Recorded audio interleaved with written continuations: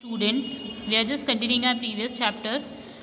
जैसा आप लोग जानते हैं, हमने लास्ट क्लास में थ्योरी पढ़ा था और अब अपन प्रैक्टिकल्स पढ़ते हैं। तो प्रैक्टिकल्स में जो फर्स्ट क्वेश्चन है वो हमको स्कैटर डायग्राम का दे रखा है। तो क्वेश्चन बोलता है that construct a scatter diagrams from the following data and show whether there is any relation between x and Y.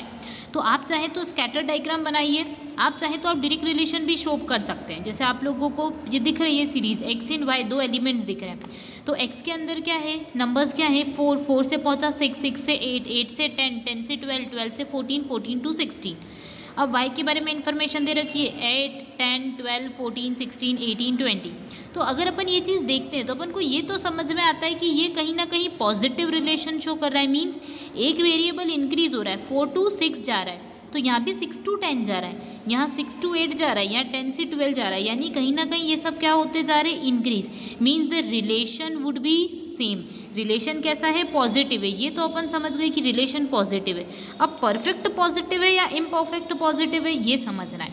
ठीक है, ये तो आपने देख के बता दिया। अपन इसको बनाएंगे, ग्राफ पेपर पे बनाते हैं, वो भी सीखेंगे। बट आपको अगर सीरीज दे रखी हो तो आप डायरेक्टली भी ये जज कर सकते हैं। ठीक है, अब ये चीज़ तो अपन समझ गए। अब अपन को देखना है कि जो परफेक्ट रिलेशन है या इम्परफेक्ट है। तो परफेक्ट मीन्स डिफरेंस जो होगा सेम वैल्यू से होगा। मतलब इंक्रीज, हर कंटिन्यू इंक्रीज या हर कंटिन्यूस डिक्रीज जो होता है वो अगर सेम वेरिएशन से होता है, सेम अमाउंट से होता है, तो इट वुड बी परफेक्ट। तो अपन यही बात करें, 4 to 6 पे पहुँचे यानी 2 का डिफरेंस, 6 to 8 पे पहुँचे 2 का डिफरेंस, 8 to 10 पे पहुँचे 2 डिफरेंस, 10 से 12 पे 2 डिफरेंस और 12 to 14 पे भी 2 डिफरेंस एंड साइमल्टेनियसली 14 to 16 पे भी 2 का डिफरेंस। तो यही तो नीचे वाई में भी हो रहा है। 8 से 10 पे पहुँचे 2 का डिफरेंस, 10 से 12 पे पहुँचे 2 का डिफरेंस, ब्लर हो गया, 1 मिनट, हाँ। 12 से 14 पे पहुँचे 2 का डिफरेंस, 14 से 16 पे 2 का, 16 से 18 पे 2 का और 18 से 20 पे 2 का। मीन्स डिफरेंस क्या है, सेम है। सो कैन वी से दिस कि ये परफेक्टली पॉजिटिव को रिलेशन शो कर रहा है, क्योंकि सब इंक्रीज हो रहा है। अगर डिक्रीज होता तो नेगेटिव रिलेशन शो करता। मतलब एक इंक्रीज होता और एक डिक्रीज होता तो कैसा रिलेशन होता, नेगेटिव। बट यहाँ पे सेम डायरेक्शन में तो पॉजिटिव। अब अपन इसको स्कैटर डायग्राम के थ्रू बनाते हैं। तो जैसा आप लोगों को दिख रहा होगा स्टूडेंट, यहाँ पे मैंने एक ग्राफ पेपर की जैसा फॉर्मेट बनाया है। आपके पास अगर ग्राफ पेपर है तो आप बेटर होगा ग्राफ पेपर पर ही बनाएं। यहाँ पे एक्स एक्सिस है, यहाँ पे वाई एक्सिस है और मैंने जो स्केल लिया है वो हर 1 सेंटीमीटर का ले रखा है। ठीक है, स्केल पे आपको जो पॉइंट प्लॉट करके देते हैं उसी के अकॉर्डिंग देखा है। तो हम लिख लेते हैं, यहाँ पे हमने एक्स एक्सिस पे एक्स वेरिएबल की इन्फॉर्मेशन लिखी है, वाई एक्सिस पे वाई वेरिएबल की इन्फॉर्मेशन लिखी है। यहाँ पे 0 है, हमने 1 1 का ब्लॉक लिया है। अब आप देखिए एक्स में मिनिमम फिगर क्या है, 4 और मैक्सिमम है 16। तो एलिमेंट कितने हैं, 1 2 3 4 5 6 7, 7 एलिमेंट्स है। तो अपन चाहे तो 1 1 का ब्लॉक ले, अपन चाहे तो 2 का एक ब्लॉक ले सकते हैं। तो मैंने यहाँ पे आपके नॉलेज के लिए 1 का ब्लॉक लिया, यानी 0 to 1, 1 to 2, 2 से 3, 3 से 4, 4 से 5, ऐसे करके मैं कहाँ तक पहुँच गई, 16, क्योंकि मैक्सिमम फिगर क्या है, 16। वैसे ही मैंने वाई एक्सिस पे किया है, तो वाई एक्सिस पे भी देख लीजिए, 0 to 1, 1 to 2, 2 से 3 और मैक्सिमम नंबर क्या था, 20। तो मैं पहुँच गई कहाँ पे, 20 पे। अब जो चीज़ आपको ध्यान रखनी है वो ये कि आप अपनी बुक में देखेंगे, बुक में लिखा है जब x 4 होता है तो y क्या हो जाता है, 8 हो जाता है। जब x 6 होता है तो y क्या हो जाता है, 10। तो अब अपन इसकी बात करते हैं फर्स्ट वेरिएबल की। x अगर 4 है तो y क्या हो गया, 8 हो गया। तो देखते हैं x 4 यानी x के सामने आप कहाँ पे जाओगे, 4 पर। यानी इस लाइन की बात कर रहा है, x एक्सिस पे 4 तो y एक्सिस पे 8, तो दोनों का इंटरसेक्टिंग पॉइंट हमको क्या मिलता है, यहाँ। यानी 8 को लेके जाओ आगे जब तक 4 नहीं आ जाता। तो 4 यहाँ था तो अपन ने पॉइंट प्लॉट कर दिया। सेम वे में आगे उसने बोला, एक बुक में देखिएगा आप 6 पे 10 है, यानी x एक्सिस पे 6 और y एक्सिस पे 10। तो x एक्सिस पे 6 और कहाँ तक जाना है, जब तक 10 नहीं मिल जाता। तो ऊपर गए यहाँ पर 10 आया, तो यहाँ पे जाके अपन ने पॉइंट बना दिया। ठीक है, मैं यहाँ पे एक लाइट लाइन कर रही हूँ जिससे आपको समझ में आ जाए। अब आगे उसने क्या बोला है क्वेश्चन में, 8 पर 12 यानी x एक्सिस पे 8। तो देखिए x एक्सिस पे 8 कहाँ आ रहा है, x एक्सिस पे, कब तक, जब तक 12 नहीं आ जाता। तो 12 यहाँ पर आता है तो यहाँ पे एक डॉट बना दिया। साइमल्टेनियसली 10 देखिए तो 10 पे 14, तो 10 से ऊपर चलना स्टार्ट करो जब तक 14 ना आ जाए। तो 14 का आया यहाँ पर, अपन रुक गए।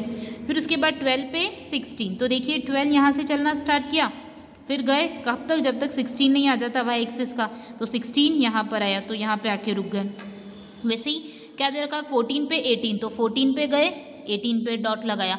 वैसे ही 16 पे गए और 20 पे डॉट लगाए। अब ये जितने डॉट्स थे उन सबको आप क्या कर दो, एक लाइन ड्रॉ कर दो।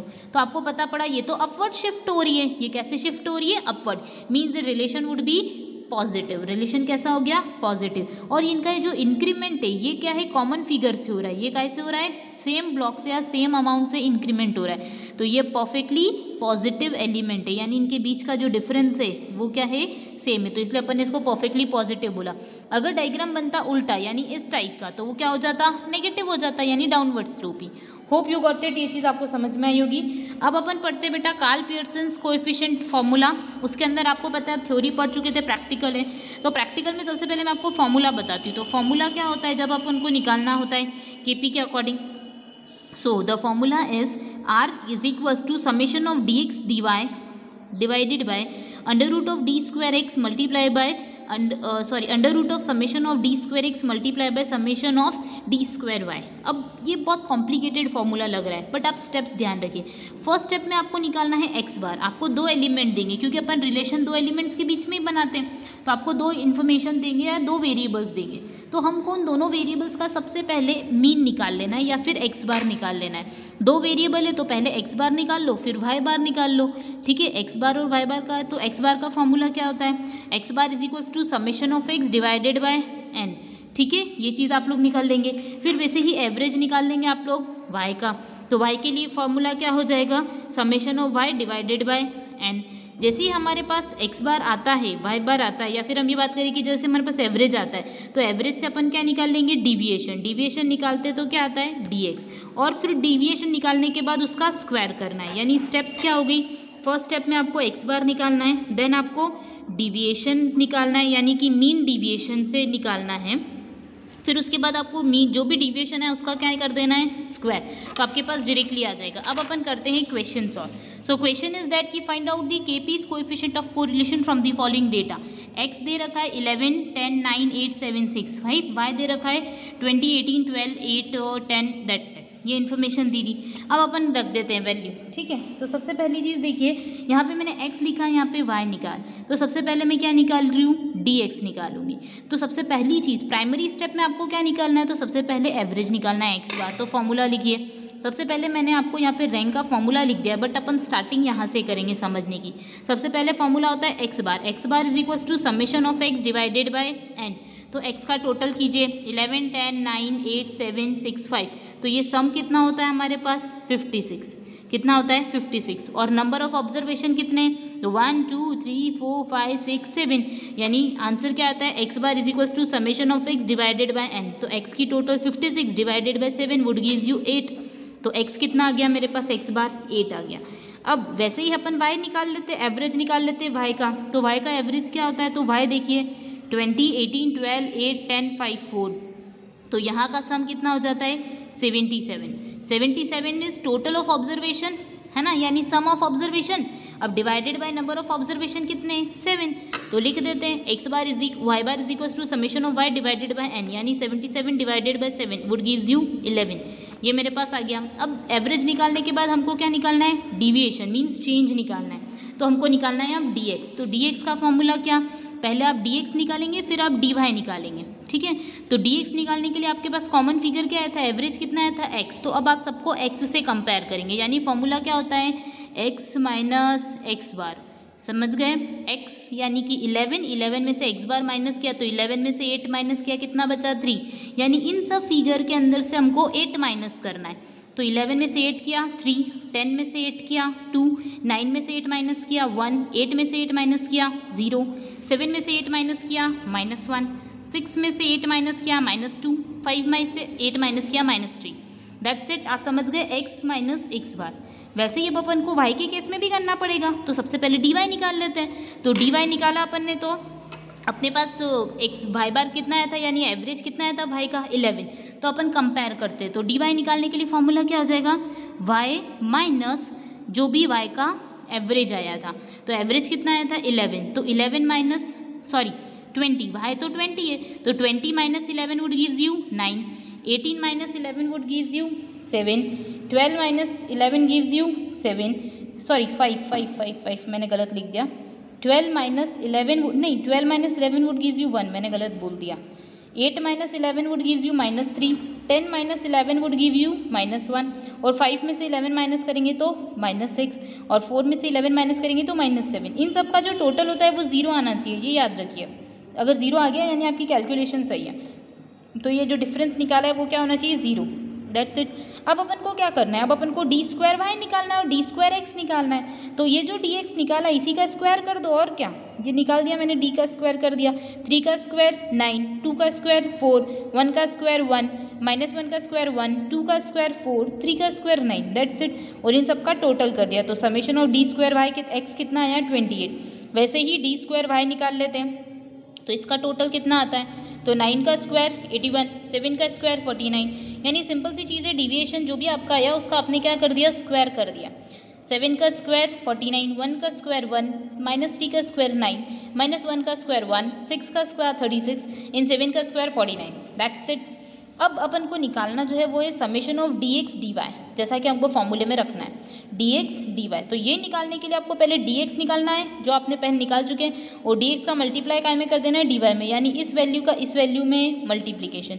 3 मल्टीप्लाई बाय 9, 9 3 ज़ा 27, 2 multiply by 7 14, 1 multiply by 1 1, 0 multiply by -3 0, -1 multiply by -1 1, 2 multiply by -6 12, यानी -2 multiply by -6 would gives you 12, and -3 multiply by -7 would gives you 21।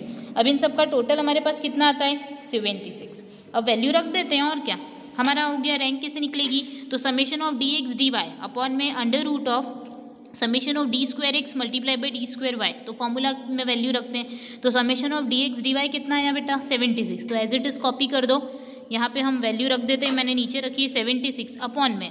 अब समेशन ऑफ d2x कितना है, समेशन ऑफ d2x से हमारे पास 28, और समेशन ऑफ d2y कितना है, 226। तो लिख देते हैं 28 multiply by 26 whole under root में, ठीक है। तो 76 अपॉन में जब आप इसका अंडर रूट सॉल्व करेंगे तो ये 79.54 के इक्वल होगा, and 76 divided by 79.4 would gives you 0.955, ठीक है। ये हमारा अल्टीमेटली, वैसे आंसर 557 समथिंग कुछ आएगा, तो आप उसको राउंड अप करके 54 लिख रहे हैं, ठीक है।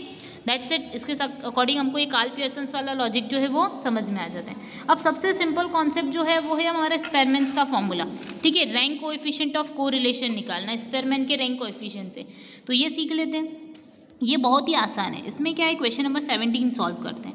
तो find out the coefficient of correlation by rank method. Rank method से निकालना है। एक्स की इन्फॉर्मेशन है, वाई की है, तो सबसे पहले इन्फॉर्मेशन लिख देते हैं। तो एक्स की वैल्यू दे दी, वाई की वैल्यू दे दी। अब मैंने आपको बताया था थ्योरी में कि आपको सबसे पहले क्या निकालनी पड़ती है, रैंक। तो रैंक कैसे निकालते हैं, तो आपको पता है आपकी क्लास में जो बच्चा टॉप करता है उसकी फर्स्ट रैंक आती है, उससे कम अच्छा पढ़ने वाले की सेकेंड, उससे कम अच्छा पढ़ने वाले की थर्ड। बट हम यहाँ पे माइनस से प्लस में जा रहे हैं, यानी कि ये ध्यान रखिए जो स्टूडेंट या जो वेरिएबल सबसे कम वैल्यू का उसकी फर्स्ट रैंक छोटा सबसे आगे, ठीक है, ये याद रखिएगा। सो एक्स के अपन वेरिएबल्स जो हैं, हमको कंपोनेंट्स जो दे रखे हैं उनकी अपन रैंक निकालते हैं। तो देखिए एक्स में सबसे छोटा एलिमेंट क्या है, 15, तो 15 को रैंक क्या दे देंगे, 1। उसके बाद बड़ा नंबर क्या है, 20, तो 20 को क्या रैंक देंगे, सेकेंड। फिर 20 से बड़ा नंबर क्या है, 33, तो उसको रैंक क्या दे देंगे, 3। वैसे ही फोर्थ नंबर पे किसकी रैंक आ जाती है, 39, तो 4। फिफ्थ नंबर पे किसकी रैंक, 39 से बड़ा नंबर क्या है बेटा, 42, तो उसको 5 रैंक दे देंगे, ठीक है। फिर उसके बाद उससे बड़ा नंबर क्या है, 44, तो उसको रैंक दे देंगे 6। फिर जो 50 है उसको रैंक दे देंगे 7, यानी इंक्रीज होते हुए चलेंगे। तो 8 रैंक पहुँचती है 56 की, 9th नंबर पर रैंक आती है 60 की, और 10th नंबर पर रैंक आती है 65 की। That's it. ऐसे अपन रैंकिंग देंगे। और ये तो फर्स्ट वाले यानी एक्स की अपन ने रैंक दी, ऐसे ही अपन किसकी रैंक देंगे, वाई की भी रैंक देंगे। तो वाई की रैंक लिखते हैं। सबसे फर्स्ट नंबर पे क्या आता है हमारे पास, 25, तो इसको देते हैं फर्स्ट रैंक, दे दिया मैंने। सेकेंड नंबर पे हमारे पास क्या आता है, 35, तो इसको देते हैं सेकेंड रैंक। थर्ड नंबर पे क्या आता है, 38, तो इसको देते हैं थर्ड रैंक। फिर फोर्थ नंबर पे क्या आता है, 45, तो उसको देते हैं फोर्थ रैंक। फिर फिफ्थ रैंक आती है 35 की, ठीक है। सॉरी मैंने नीचे का देख के बोल दिया। फिफ्थ रैंक आती है 50 की, सिक्स्थ रैंक आती है 58 की, सेवन्थ रैंक आती है 60 की, एट्थ रैंक आती है 70 की, नाइन्थ रैंक आती है 75 की, और 10th रैंक आती है अल्टीमेटली 80 की। सो रैंक आप सिंपल दे देंगे, सबसे पहले छोटा नंबर, उसके बाद उससे बड़े बड़े इंक्रीज होते हुए चले जाएंगे। अब हम रैंक का क्या निकालेंगे, डिफरेंस। तो फर्स्ट रैंक और सेकंड रैंक के बीच के डिफरेंस को 4 - 5 would gives you -1, 8 - 2 would gives you 6, 2 - 8 gives you -6, 10 - 1 would gives you 9, 5 - 6 would gives you -1, 3 - 9 would gives you -6 and 6 - 7 would gives you -1। 7 में से 4 माइनस किया तो 3, 1 में से 10 माइनस किया तो -9 और 9 में से 3 माइनस किया तो 6।